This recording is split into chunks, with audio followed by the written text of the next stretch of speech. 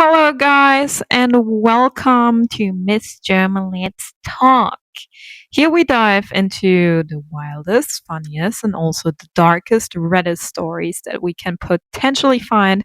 So grab a drink, sit back, and let's get right into it. And beforehand, a little disclaimer. So when I watched my last YouTube video, I was like, it feels like my microphone is in 1 second I'm like licking it, and in the next second I'm just on the other side of the room. So I'm sorry for my bad quality, but let's get started. Anyway, so there's one Reddit user that wrote down, what is your darkest family secrets that you could never tell anyone? Ooh, I'm kind of excited to see where this is going. And I've read like the very first sentence of the very first comment, and I'm like, okay, we're starting out really good, guys. So let's get right into it. I've told the story, but it's still pretty fucking dark. My great grandmother's father was a family annihilator and murderer. Murdered her mom and all four of her siblings when she was very young, 5 or 6. While he was killing everyone else, she hid under the porch. Apparently, he called her name looking for her for hours before finally giving up and committing suicide. She was the only survivor. I didn't find this out until after she had passed away when I was in my teens. Edit, I know it's technically my great great grandfather, but fuck that and fuck him. Oh gosh, guys. So we're starting out quite good today. Well, that is that is concerning. I mean, I don't know what to say. I hope that he was in prison. It doesn't seem like he was in prison because it's a episode about the darkest secrets that are probably kept in a family. But reading this, well, I hope there is some kind of justification, some justice coming up, because one day, guys, just be sure, one day there will always be like justice coming, the truth come out. Okay, and if it's not the truth that comes out in this world, it will come up in heaven or somewhere else. It will definitely come up in the day of judgment. So, definitely in heaven.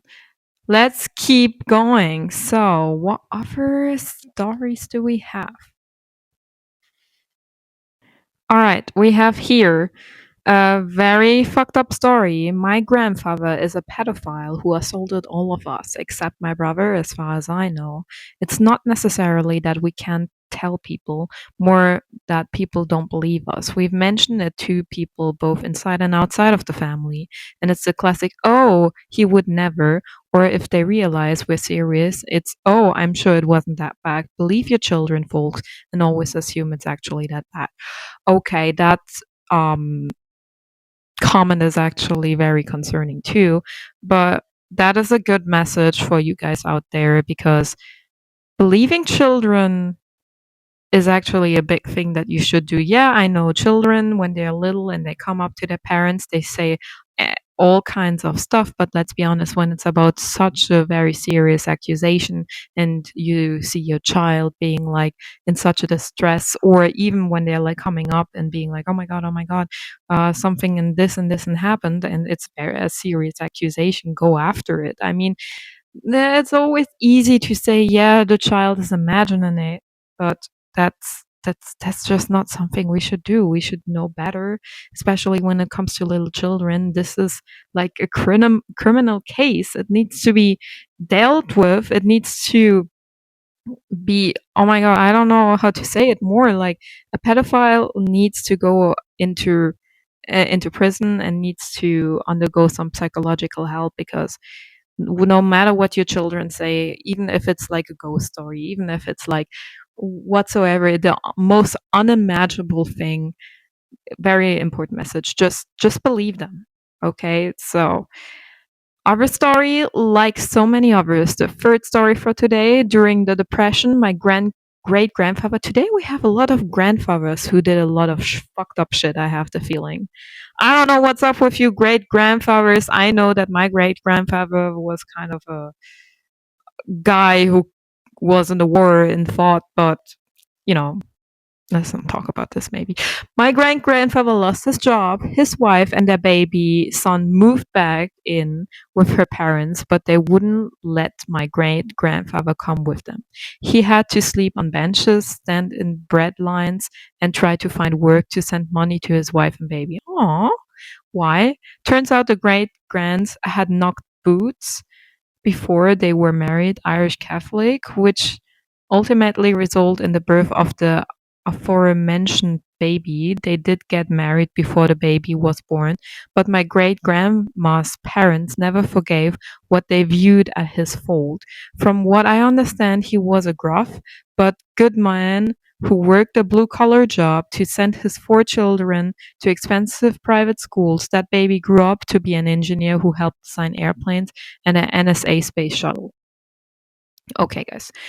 Honestly said, sometimes we have to forgive people, whatever the grudges are and stuff like that. If we have like persons who are good men who are working, especially in today's society with like a blue collar job is really, really, really difficult. It's not like this most academic work that we're going. A lot of us are going probably through college, are going for a higher education, and then we end up doing college for like, I don't know, 4 years, 6 years, 7 years, maybe a PhD afterwards, maybe like a master's or whatsoever. And then we go into the market and we still doesn't find job, either because we are overqualified or we don't have job experience. It's like Stephen He who comes up to you and be like, Jimmy is like 9 and he has like already experience of 15 years. He is a neurosurgeon and he's 9 years old. It's like the same thing. Actually, we should have started like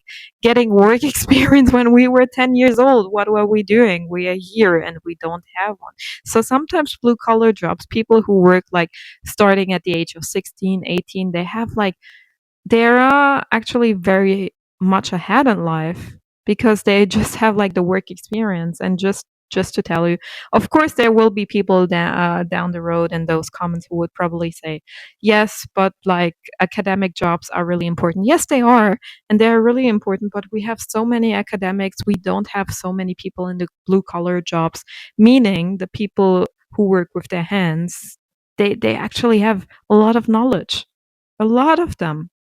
So, and like in this story, if we have like a good man who worked hard, who worked for his money and sent all of his 4 children to expensive private school, like heads up, that's really great work right there.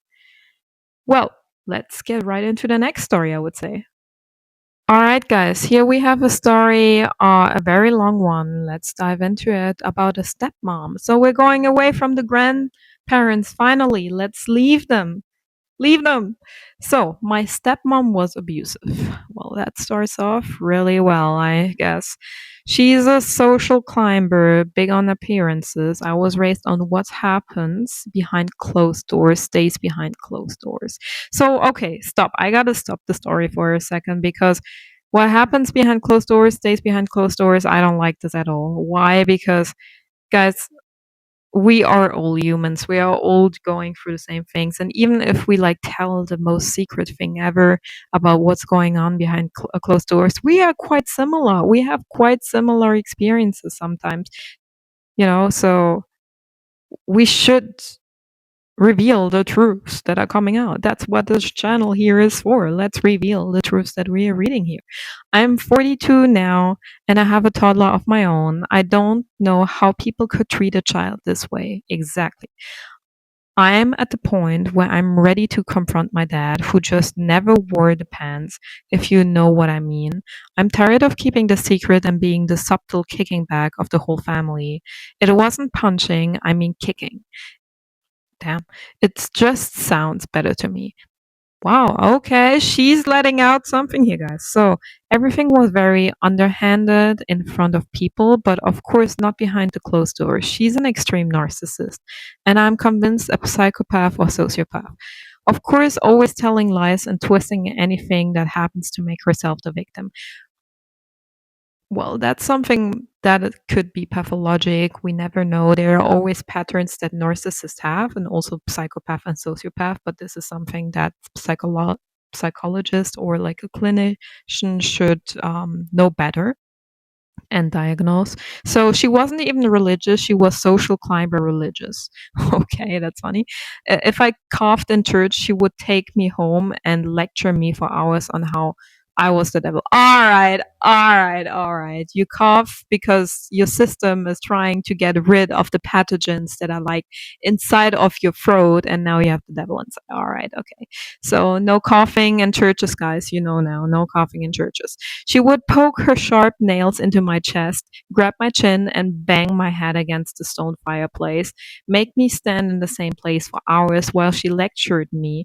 And I wasn't allowed to cross my arms because it was a defensive gesture. Wow, this is like little mini, really mini gestures that people are looking out for that nobody gives a shit about. Literally nobody. So, like, treating a child probably just because of those little things. This is extreme abuse.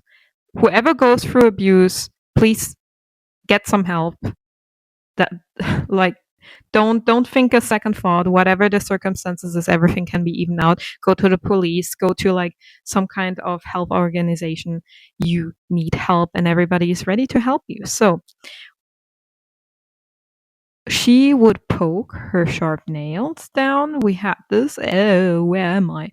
It was a defense gesture. If I was in the middle of changing too bad, I had to stand there naked when I was just developing breast and very self conscious, sometimes while my younger step sibling looked on.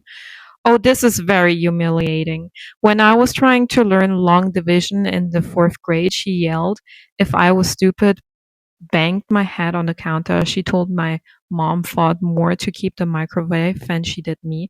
She would keep me home from school as punishment for things I didn't even. Is that even legal? You cannot like keep your children out of school just as a part of punishment, right?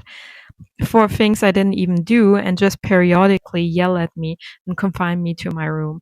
That is a lot of psychological stress only for a child to go through, honestly. And what does she write next? I was scared of everything. I didn't want to stay home from school, but it almost like my kids can sense a fearful victim. And I didn't like school either. I felt haunted everywhere. At least she taught me what person I don't want to be. I didn't even feel like a cycle. I'm not anywhere near her. I moved across the country after high school and have a wonderful family. I just want to know whether to put my time and energy and who's on my side. It will all come out soon. I'm planning on having a talk with my dad next visit back. I need some sense of freedom and relief. And I would need an update on whoever wrote this because this comment is 8 months ago. And I hope that whoever lady you are, that you got this sorted out, I hope she's going to prison for that because and there's any evidence. I know it's always hard to like prove specific abuse or stuff like that, but if you ever had this, well, the police is a good area to go there. So no, but honestly, whoever goes through abuse, I wish that would never happen to anybody. And those are really dark stories. I hope you found your peace, that civil right will come, that you be happy, and that you wake up every morning and your hot coffee is hot and beautiful, filled with like marshmallows. And honestly, nobody in this life actually deserves that, but we know that. And let's go to the last story for today. Okay, the next story would be my grandmother allegedly had an affair with her sister's husband and ended up pregnant. She has the baby, leaves her with a family member. A couple weeks later, the baby is dead from dehydration caused by diarrhea. I never know what actually happens. When my grandma was still alive, I straight up asked her about it. She didn't give me a straight answer, kind of just danced around it. It would make sense seeing as her and that her sister had a very adversarial relationship. I was told this by their brother, who happened to be schizophrenic, so who knows what the truth is. Yeah, so that is a very tragic story that we're having here. A tragedy that, wow. I mean, the death of the baby. It's just a new life that started, and it's always important to like check with your healthcare worker, well, whoever you're going to, your doctor, your nurse, that the baby is okay. Like dehydration happens very fast in babies who are sick. So whoever, if there's a parent out there who's watching that video with their children, please take care that your baby is at good health, even if they are like a little bit sick, because things like that can happen very quickly.